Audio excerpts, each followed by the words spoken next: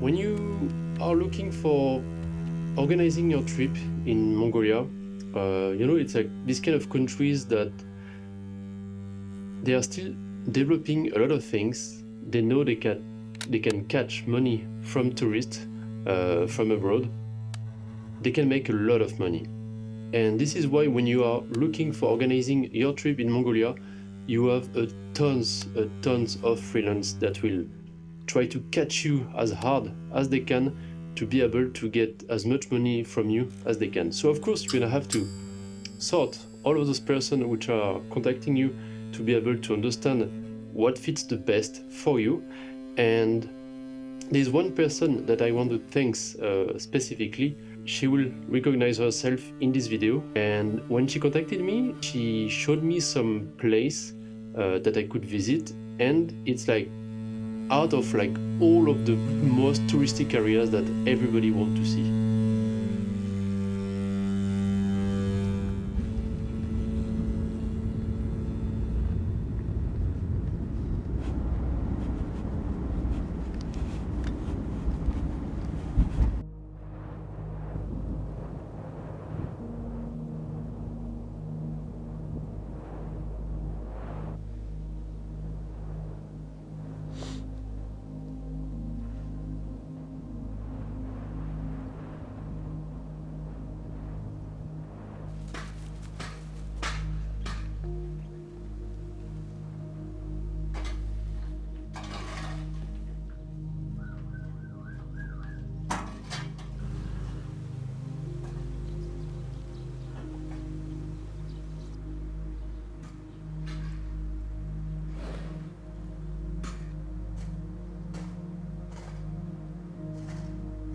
Why are you looking at me, all of you?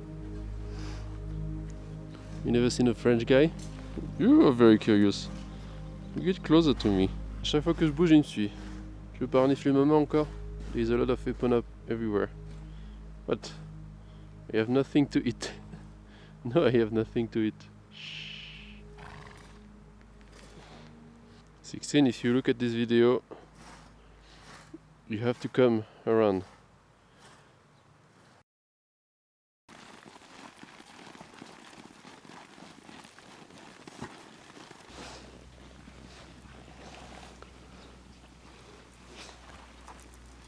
My feet are freezing. I booked a day trip, let's say. So we are not lost in the middle of nowhere. It's like completely touristic, but it's still very beautiful. I would have preferred, I told them, but whatever. They just follow what tourists want most of the time. They are not expecting a photographer to have specific needs. But still, it's beautiful. You can easily remove some of the things in the landscape by framing your pictures properly. And I will hurry a little bit because the sun is reaching the top of the mountain, and I still want to use some of the blue hours here to get the top of the mountain orange with the blue colors on the bottom in the valley. So beautiful. I will let you here, and I will keep doing my pictures and trying to record you some footage too. So beautiful, so happy to be here.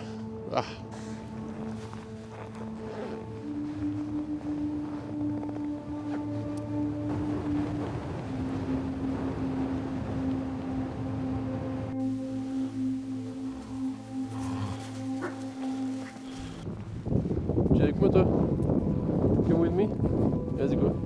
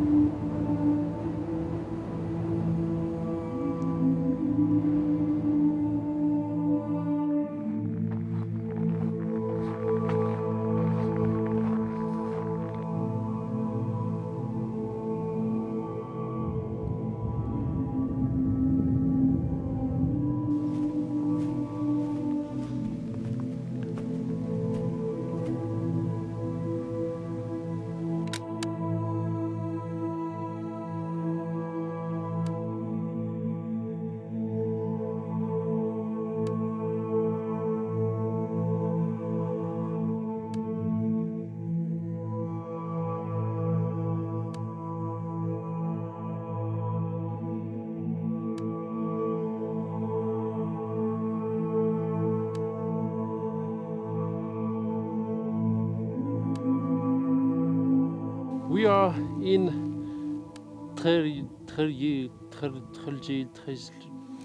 I don't know. It's like the most touristic area around Ulaanbaatar.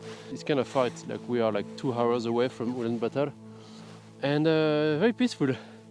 This morning has been excellent. The light was perfect. If you come in winter, the morning can be very hard. So this kind of gloves, which I mostly use normally for under like the real glove, is just enough. It depends on your sensibility with the cold, but for me it was just enough. I had to move around and keep my hands in my pocket to keep it warm enough.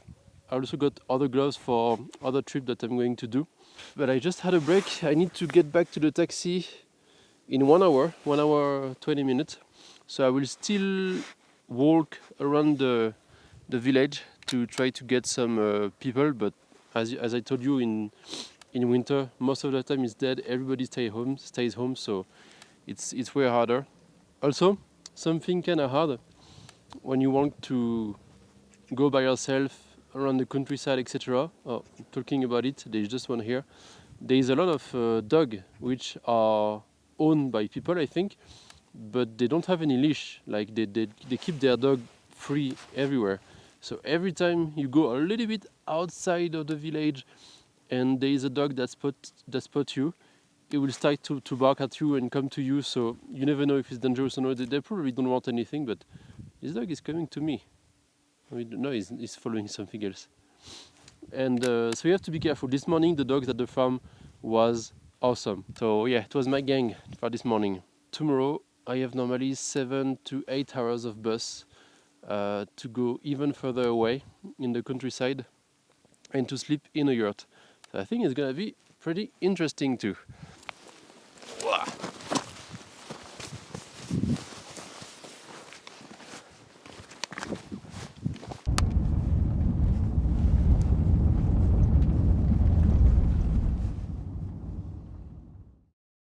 And of course, as I said in all of my videos, there is nothing wrong with touristic areas. If those places are touristic, it's most of the time for a good reason. But as a photographer that want to like try to get new kind of pictures, I try to avoid these areas because that's what you see the most in pictures. And when she contacted me, the first things that she suggested me was not the first thing that appears on Google when you are looking on different blog posts, etc. So of course I was like, oh, this person is interesting because she's suggesting something different than others. And she took me to this family that I cannot thank enough because it was one of the best experience I've ever had in my life. When you are picturing in Mongolia, like the countryside, the farmers, people walking all day with their horses, etc., that's exactly what you can imagine. There was no shower in a yurt. The minimum you can get to stay warm as well, because sleeping at minus 20 degrees in a yurt and having like 3-4 thick blankets on top of you and discovering that your water the day before has been frozen during the night is a interesting feeling. But it clearly takes you out of your comfort zone and push your creativity in the sense that you are experiencing something new, so your pictures will also come with you and experience something new. And I think every artist in every kind of media can relate to that. Traveling is one of the best source of inspiration, specifically when you go to a place with a totally different culture, because it just opens your mind in a tons of different way on how to see the world, how to behave with the world and with the culture around you, and what to get through your camera for on my side.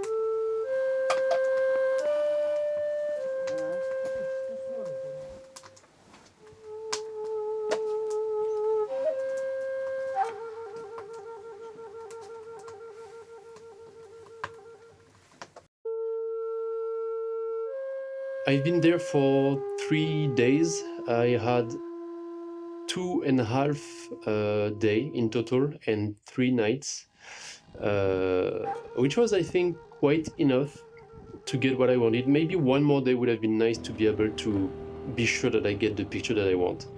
But basically, the experience was just to live with them and to experience what it is to live amongst them and eat like them and farm with them, trying to look for the house in the countryside and just experience it.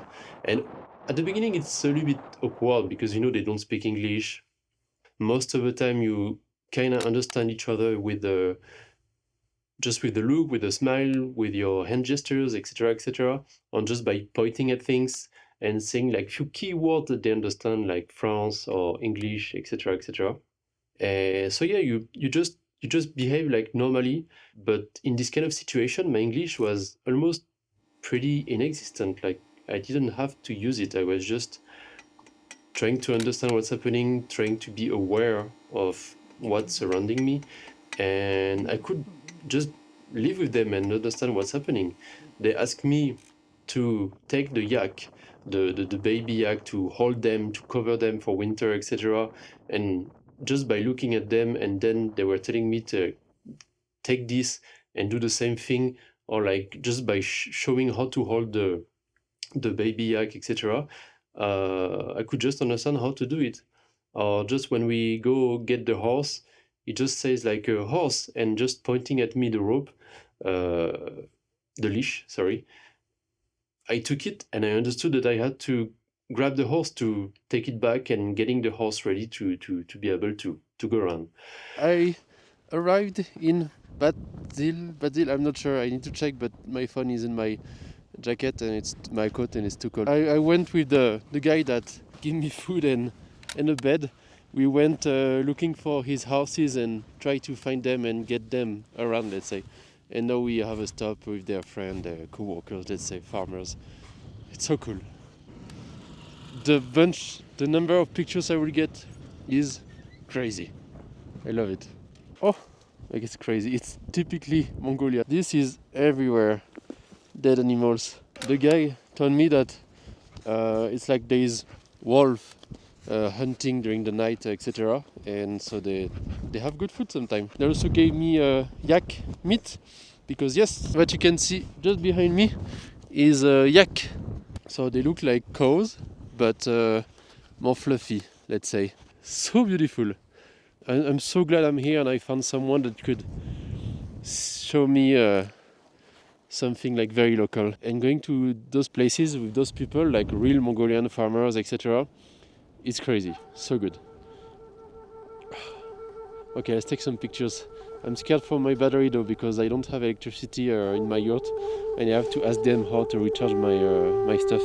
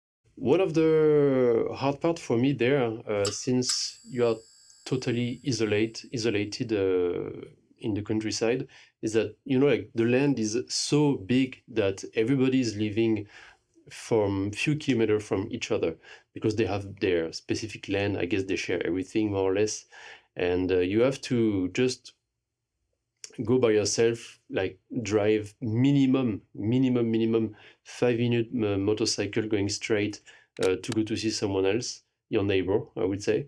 And thanks for me, some of the neighbor had a good charging system because they still need to take care of like what they have there, the goats, the yak, all the horses, etc. So they have few things they need to prepare for these kind of things. But me, as an Occidental with like a big camera, two camera, my phone and other stuff, I had to save as much battery as possible. So that's why also I recorded not too much video, just enough, I guess, because I try to focus on the photos since the photos doesn't drain my battery that quickly. And in the evening, we are just going to see the neighbors, giving my batteries to them, and in the morning, trying to get it back for the day, as much as possible, as long as saving what I can to be able to go out when I want in the morning, etc. Because in the morning you just like you wake up, you go outside, you go pee, do your stuff, and then they call you to have the breakfast. So they will not like specifically for you in the early in the morning just go to the neighbor just to get your batteries, etc. Because you don't want to be just bothering them during their daily life, because they still need to take care of like what they have there, the goats, the yak, all the horses, etc. So they have few things they need to keep doing during the day. And when you get to know each other at the beginning, it's a little bit weird, and then you smile more easily. You try to do some small jokes, etc. And you get more comfortable about taking pictures with them because also they are aware that you are here for that.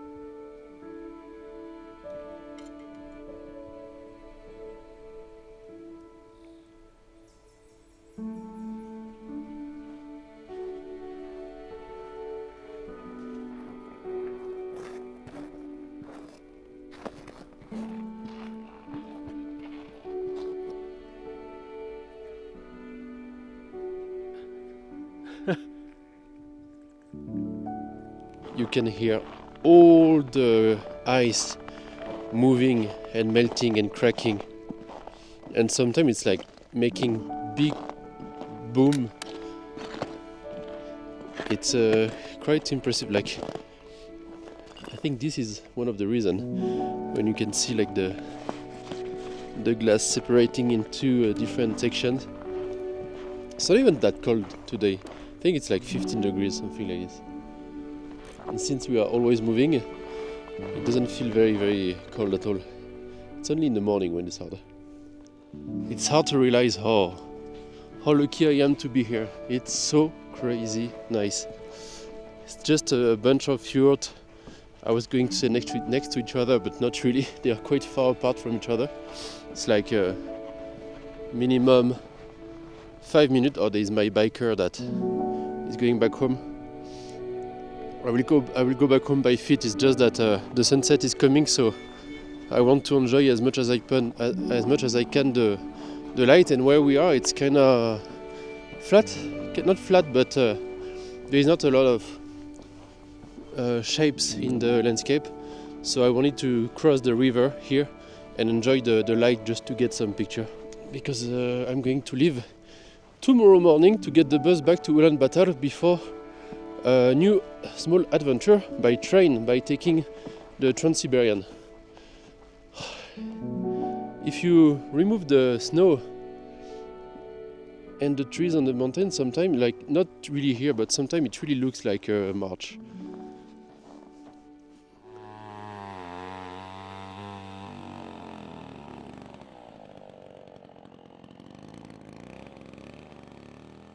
It's kind of crazy, like specifically for me that lives in Korea, there's something that you don't realize as long as you are not living in the country specifically for a few years, and you feel it, you live it by yourself. And I realized it when I went to Mongolia and then came back to France, how blue and beautiful was the sky in Mongolia. Because in Korea there is always some kind of haze or hazy cloud and some pollutions, etc. Also because of the weather, not specifically the pollution. And it made me even more surprised when you go to the countryside of Mongolia and suddenly everything is pure and like a very big contrast to the city of Ulaanbaatar specifically, which are extremely polluted. And you can see that in my previous video about Mongolia that I highly invite you to watch. Many people liked it and I'm pretty proud of it. So the contrast makes it even bigger and even more beautiful. I've been moving around the yurt. I think it's GIII, something like this in Mongolian, because I think yurt is actually a word that comes from Turkey, I think, something like this. I'm not sure about this. You need to check it out. But yeah, so go around the yurt, you just do your life in the morning, waking up as early as possible, to try to get some pictures of the goat and the birds, going to pee in the most unique toilet I've ever been to, because the infrastructure in Mongolia, even close to the countryside, when you go to the outskirts, etc., it's kind of similar to what you see in the countryside. And you just need to do your things on the backyard with possibly people that can look at you through another fence on the other side. So it's pretty unique and not for everyone, for sure. Just taking the time to organize your trip properly and to go to the right place, because it's worth it. It makes you live something that you will probably never experience in your life. I mean, in other places, but like in a Mongolian way. It's unique for that. Yeah, I think it has been some of the best pictures I've done for a while traveling. I went back from Japan a few weeks ago too. It was a beautiful trip, but I was with friends and with my girlfriend, etc. And it's always hard being alone for this kind of trip as a photographer. For me, it's always like way easier to be in your bubble and to be able to focus on what you do, to take the risks, if I can say that, to go in like weird places, to take the pictures you want for motivation, trying to find inspirations, etc. I think it felt very good. So very happy with the pictures, very happy you are still watching. If you are up here, maybe write in a comment. I have to find bon à quoi. You will write this, bon à quoi. If you were up to this in this video, write this in the comments and I will know. Well, that's pretty much it. I think I turned around the subject. I just wanted to give you my post 1 year traveling feedback after working on this video. Can't wait to go back on the editing and to show you all the pictures. I will share more on Instagram, and I'm going to publish also the gallery on my website with all the pictures from Mongolia. There might be maybe another video that takes place in the Gobi Desert, but there was not many things happening, so maybe it will be just a talk between you and me, just like this. So I will see for the next one, but I invite you to subscribe if you want to see more. Thank you very much. I will let you hear. That was Antoine. Ciao.